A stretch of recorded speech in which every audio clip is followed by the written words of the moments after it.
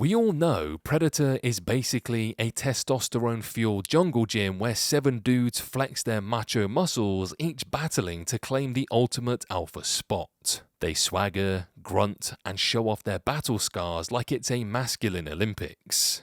But here's my hot take. Predator isn't just about dudes being dudes. It's a brutal, bloody test of masculinity, and spoiler alert, every death is a savage roast of each guy's manly act.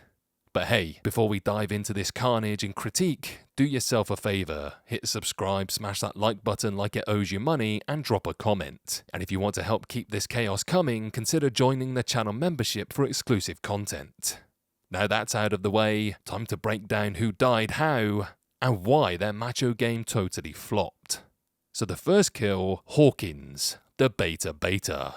First up, we get the scrawny, specs-wearing radio man who couldn't sell a joke about his girlfriend's man cave to save his life.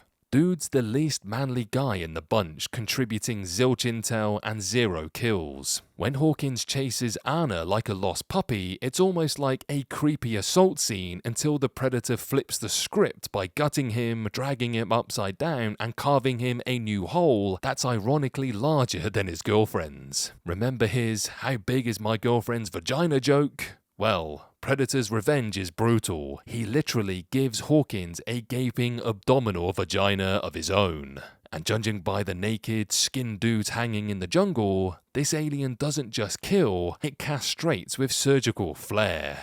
Ooh, ouch. Now for Blaine, the "I don't have time to bleed" guy. Jesse Ventura, the loudmouth with a big gun and even bigger ego, he delivers one of the film's most iconic lines when he says, "I ain't got time to bleed."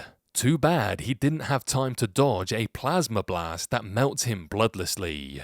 Apparently, the Predator's wounds come with a fancy built-in cauterizer. Talk about a flawless kill, no messy blood, no dramatic shrapnel, just a clean, cold death that mocks Blaine's macho bravado. Then we have Mac, the head-shaving lunatic. Mac is the wild card, constantly shaving his head and face like it's a ritual to keep the Predator guessing. But spoiler, the Predator was paying attention. When Mac is blasted in the head by a precise laser shot, it's not just a kill, it's a cosmic "I see you're crazy" and raise you a headshot moment. He babbles threats about carving his name into the Predator's skin, but the alien literally brands him first with the iconic triangle laser target. Talk about biting irony. Plus, Mac's twitchy death isn't quick. It's a slow, spasming spectacle like the Predator's way of saying, "You wanted to bleed slow? Fine. Enjoy the finale twitch." Now we have Dylan. Carl Weathers, RIP. The arm wrestler who lost his grip. Dylan's the "I'm still tough even with a fancy promotion" guy who arm wrestles Dutch and loses. That losing arm isn't just symbolic, it's the exact one the Predator lasers off before stabbing him. It's like his macho grip slips right into death, a literal lose your grip on manhood moment. Then we have Ramirez, the grenade guy who didn't duck. Ramirez is the underrated wildcard. He may be wiry, but he rocks that grenade launcher like a boss during the guerrilla camp raid, blowing enemies through the air like it's a fireworks show. Ironically, it's that same kind of airborne violence that sends him flying courtesy of a killer log trap he didn't duck under. Even his quick comeback to Blaine's "no time to bleed" line, "have you got time to duck?" bites him in the ass. And now we have Billy, the brave silent type. Billy's no macho showman. He admits he's scared, trusts his gut, and mostly keeps quiet. His death is the noblest. Unseen, mysterious, and maybe heroic. He doesn't run, he faces the nightmare head on.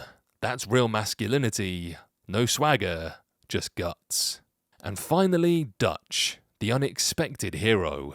Dutch isn't your typical alpha male. He's not flexing his muscles or spitting macho lines. Instead, he runs. He hides in the mud. He lets the Predator chase him. His survival depends on smarts and instinct, not bravado. From the Predator's POV, Dutch's cries are high-pitched and whimpering, shockingly unmanly on the surface.